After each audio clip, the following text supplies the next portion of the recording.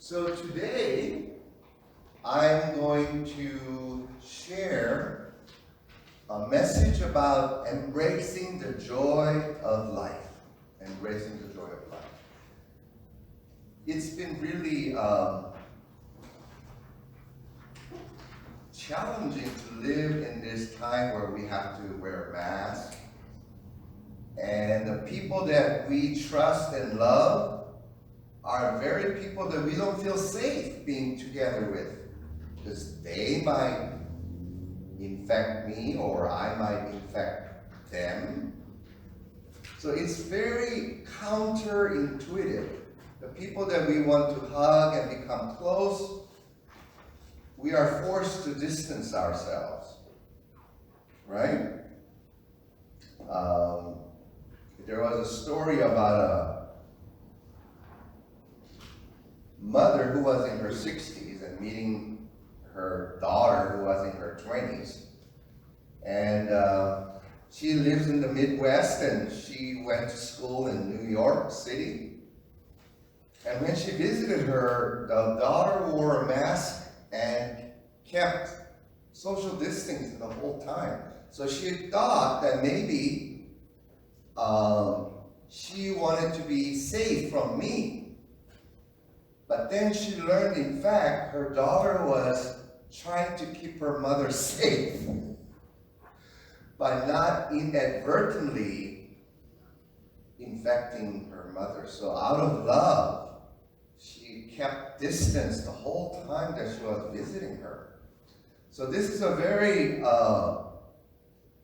it's like our life is put on a lockdown, so to speak. So I want us to remember that this is not the way it's going to be always. So I'm going to show you a YouTube video of a street performer. And let me know what you think.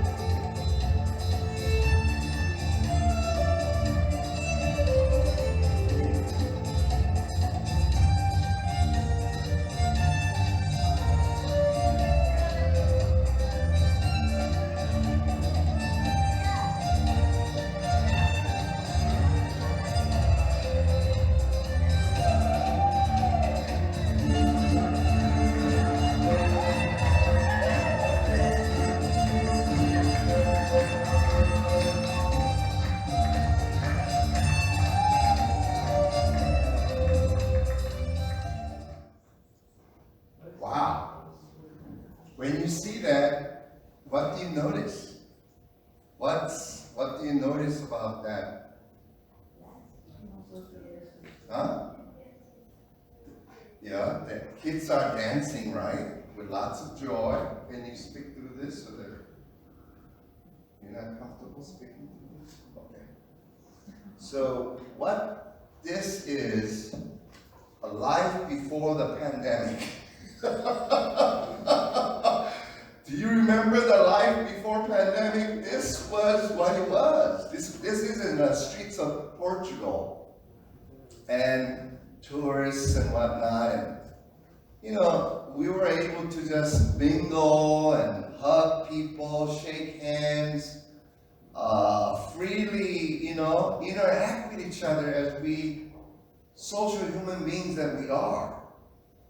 And so I would like Elizabeth, that don't forget that life is coming back.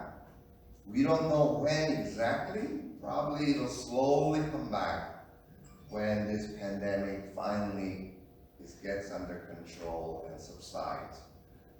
I don't know how long.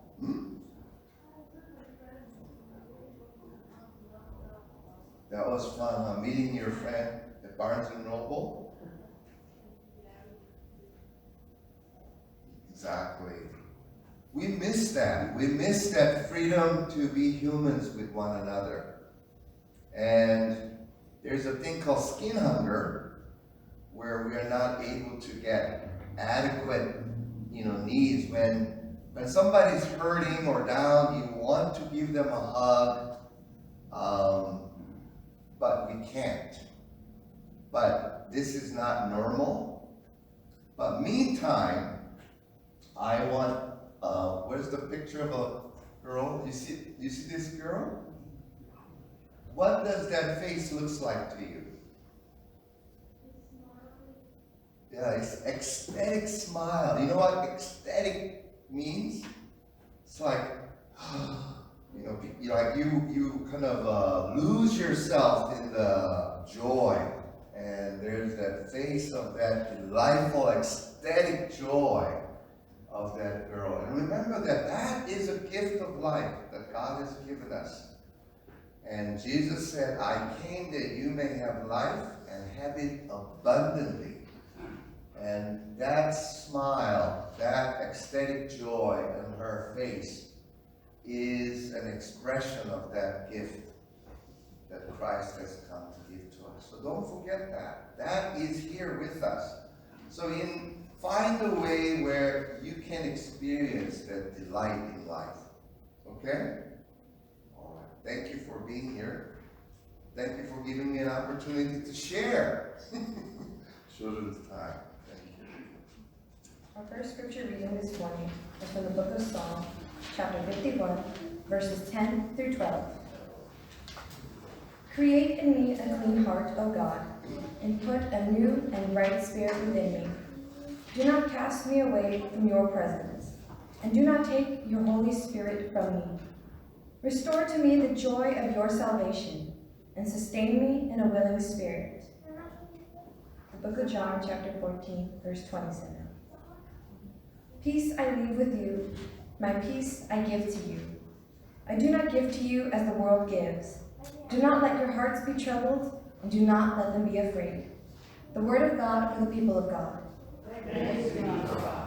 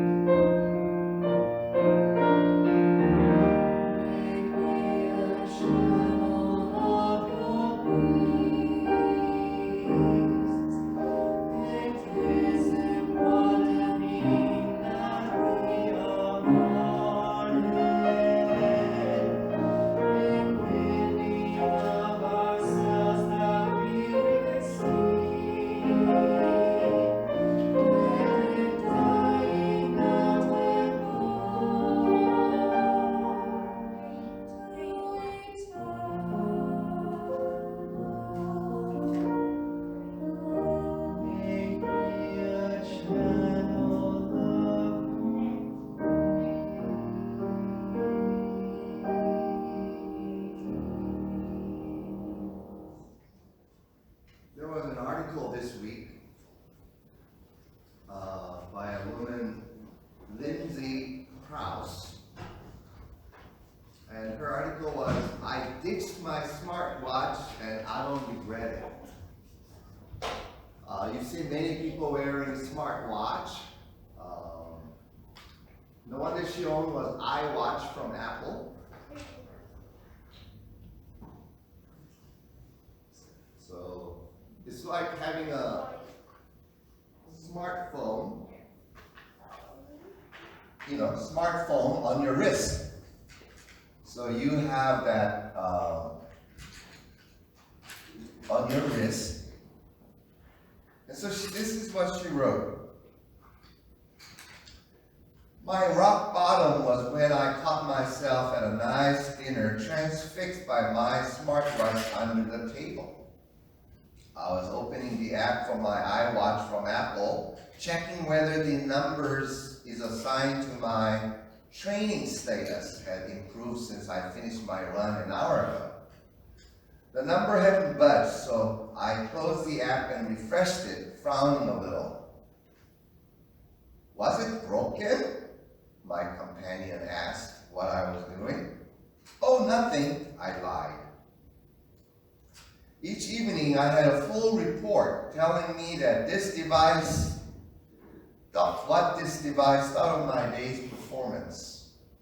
Soon I couldn't stop thinking about the numbers on the watch. I was addicted. As the dawn of the smartwatch era, the introduction of the Apple Watch in 2015, Tim Cook, the CEO, pitched the new device as aspirational tech, the next must-have gadget, loaded with apps and features. After the choppy start, smartwatches have exploded in popularity in recent years and are expected to reach shipment of 230 million units in 2026. Those who you invested in stock with Apple, it's going to go up, sounds like. But when I see this, it's an extension of our hustle-oriented culture. Our culture promotes the belief that measurable achievements is the predominant arbiter of success, and these devices play right into that. Like, did I meet my goal? And I compare that data with others, my friends. It's like you're trying to win at this game instead of living your life.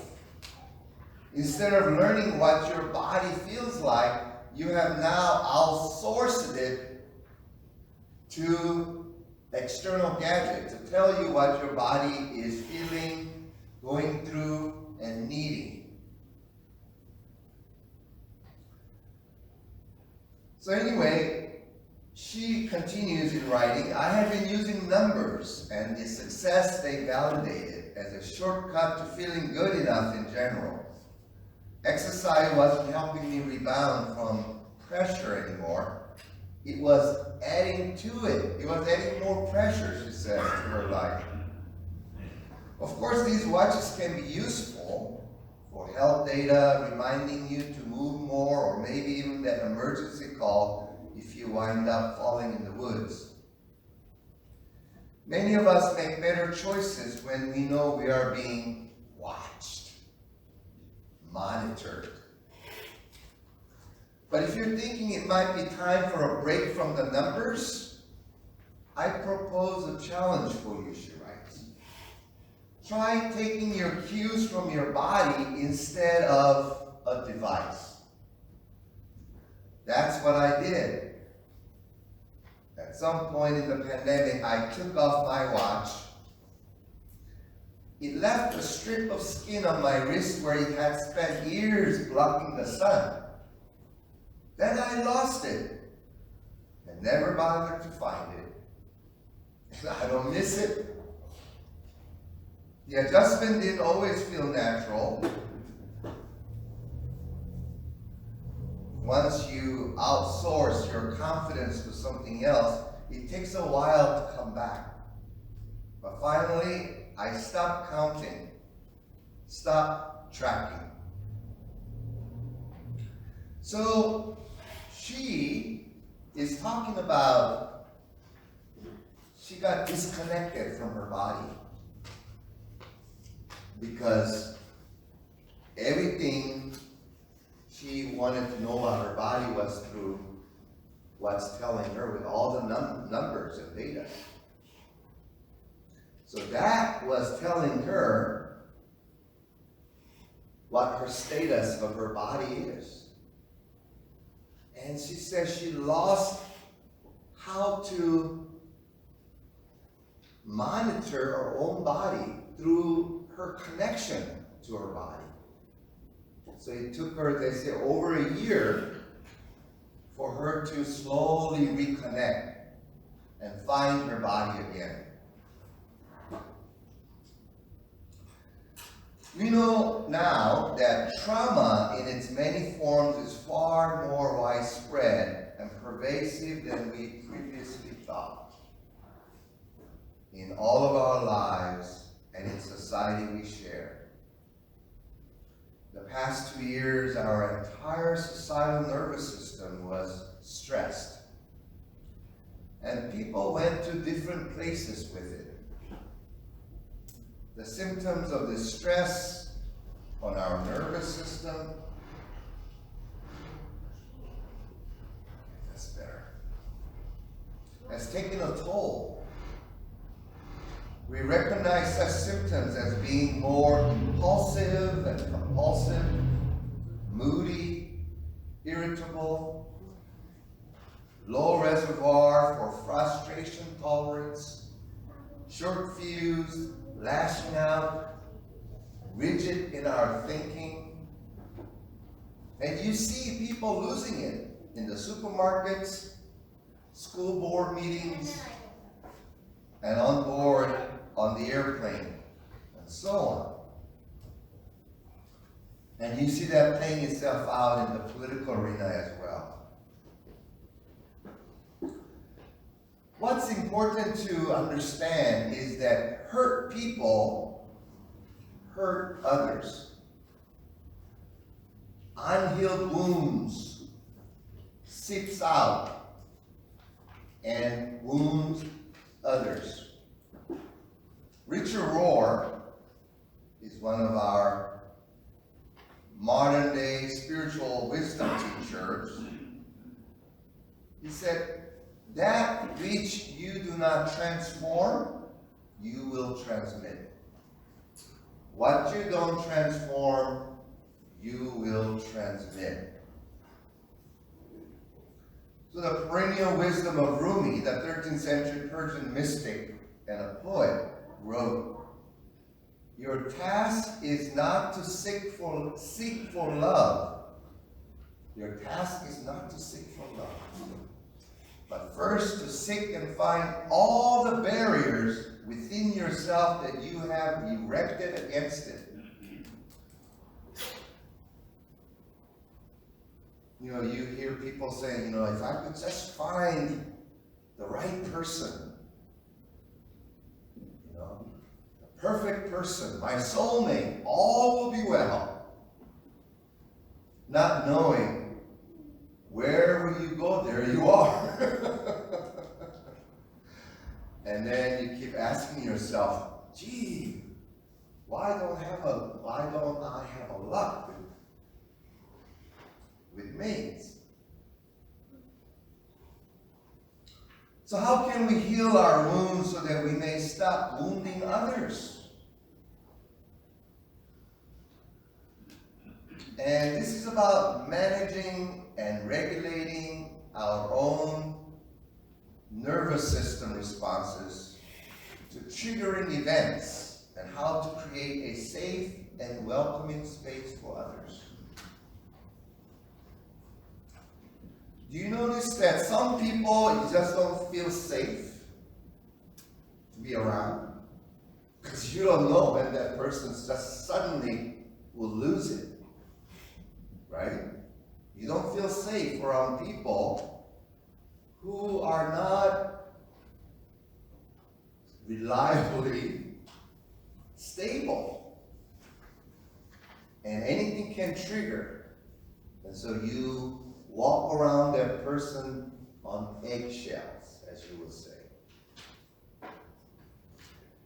So how can we become a person that is safe to be around with and create a welcoming space for others?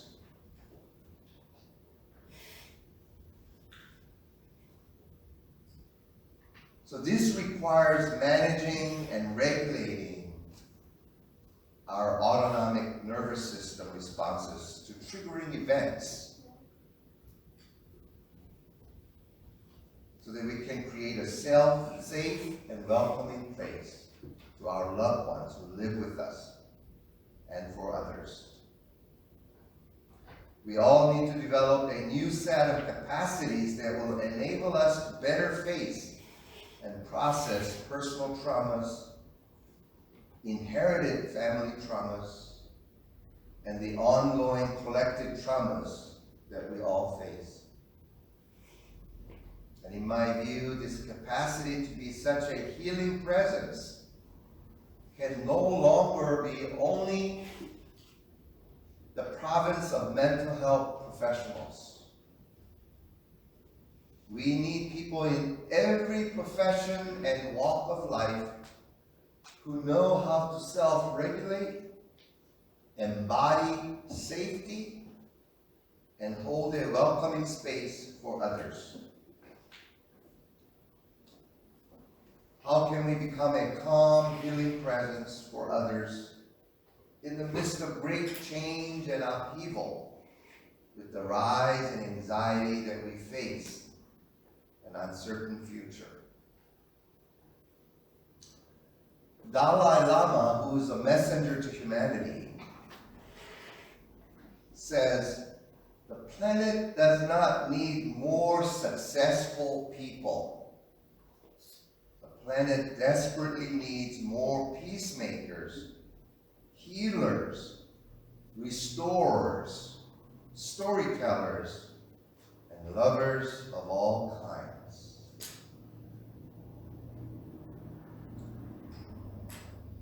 So when you are with someone who is triggered, and then suddenly, in a very aggressive way, says things or does things that triggers you in return, right? They say harsh things to you or whatnot. You want to immediately respond back. And it triggers your survival limbic system of what we call the reptilian brain of fight or flight, right? And when a person triggers you, there's a saying that if a person is drowning, we don't need two people drowning together. One person needs to be on a solid ground so that not two of you are drowning. Viktor Frankl was a psychiatrist and neurologist who published the famous book Logotherapy, translated The Will to Meaning, in 1969. And it kind of became a impactful book that changed how we look at therapy. So logotherapy is meaning-centered therapy based on the premise that the primary motivational force of a human being is to find meaning in life. So Viktor Frankl was a Holocaust survivor, and he witnessed that in the camp, those who had faith in God and had belief system in religion fared much better under difficult and harsh condition of hunger, cold, human depravity that was subjected to them by the Nazi,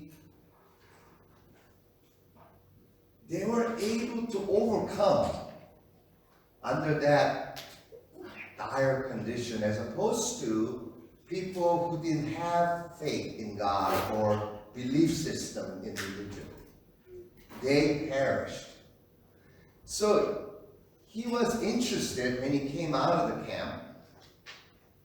Why was it about having that belief system and faith in God gave these people a resilience under duress?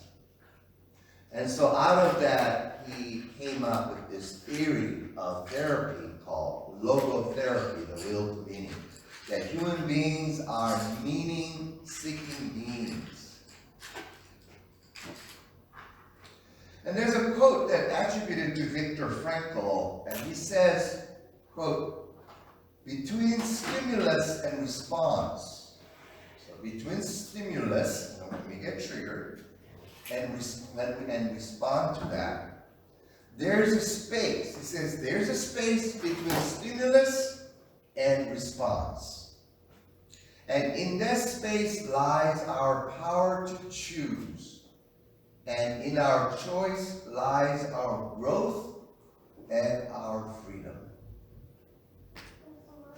It's such a beautiful encapsulation for a need to pause, slow things down, for the frontal cortex to become self-aware of what's going on, as opposed to knee-jerk reaction from the limbic system of our reptilian brain that gets activated when it senses danger in order to survive.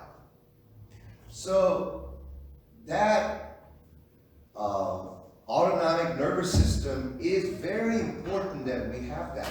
And that's how we survive. If you suddenly was being attacked by a lion, you cannot be like saying, I wonder what the consequence of meeting this lion might be. Your frontal cortex, you'll be dead. So something quicker than your frontal cortex has to take over. What do I do in this situation? Do I fight? Do I flight? Or do I fold and play dead? What? And so it's an important part of our survival that's designed in us. However, when we are living together with people, because of the trauma memory in our body, there's a book called Our Body Keeps the Score. That's the title of the book. It became a best-selling New York Times. So our body keeps the score. Anything that happened in our bodies remember. Even though our mind forgets, repress, our body keeps the score. And our body does that because when we suffered it, it was a traumatic experience. And so, let's say, for example, if a child suffered a traumatic experience, it's too much for that little child to grasp the reality of that trauma. And so you forget, you repress in order to survive. But there comes a time when your body and your soul comes into an alignment and say, it's now time for you to revisit in order for you to heal from that trauma. Because when you don't heal it, it's there affecting your life. So when you re-experience something, just a small little inclination of that original trauma, just a small little inkling, you have this over-amplified, energized experience. And you go back to that 5-year-old child emotionally and re-experience it. And then suddenly a person disproportionately responds to you. It's like, what did I do? What did I say? What was that all about? But the person who's doing it can't help it. It's an autonomic nervous system trigger. And so, in order to be a safe person, you have to come to terms with those aspects of your past that you haven't really addressed them appropriately and fully. Anyway, in order for us to become a safe person, we need to have that little pause between stimulus and response. So instead of having a knee-jerk reaction, if you become aware what's happening, like, oh, I got triggered. So what do you do when you get triggered? You say, time out. I need to walk around the block, get some fresh air. When I get some little space and get some bearing on what just happened to me, when I calm down, my stimulated nervous system calms down, I will return to resume our conversation. That's a very important skill set. It's about knowing yourself. You know what the earliest writing in the Greek civilization was? So if you still go to the ancient Greece of the Temple of Delphi, on the entrance there's an inscription. These are like 600 years BC. And it says, know thyself. Know thyself. It's about knowing yourself. And by knowing yourself, you know what triggers you. And when it happens, you don't automatically knee-jerk respond to it. There is a little pause between stimulus and response. And if you could get hold of that little pause, then you have a control over yourself. And it's a step in the right direction toward becoming a safe person, because you're not going to just a ticking time bomb. Anytime something triggers, you blow up. It's a very important. So when I was being trained as a spiritual director, one of the most important things that I learned was 3 words: slow, silent, stupid. Let me break it down. Slow things down. We need to slow things down. When we encounter the other, know that my perception always diminishes the other and diminishes the reality that I think I am seeing. So the way to manage that is to slow things down, take a deep breath, and pause. And create a silent space for the other to reveal oneself.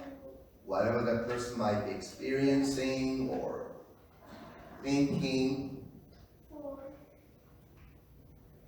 And stupid just meaning, I don't know. I don't know this person, even though I live with this person for 50 years.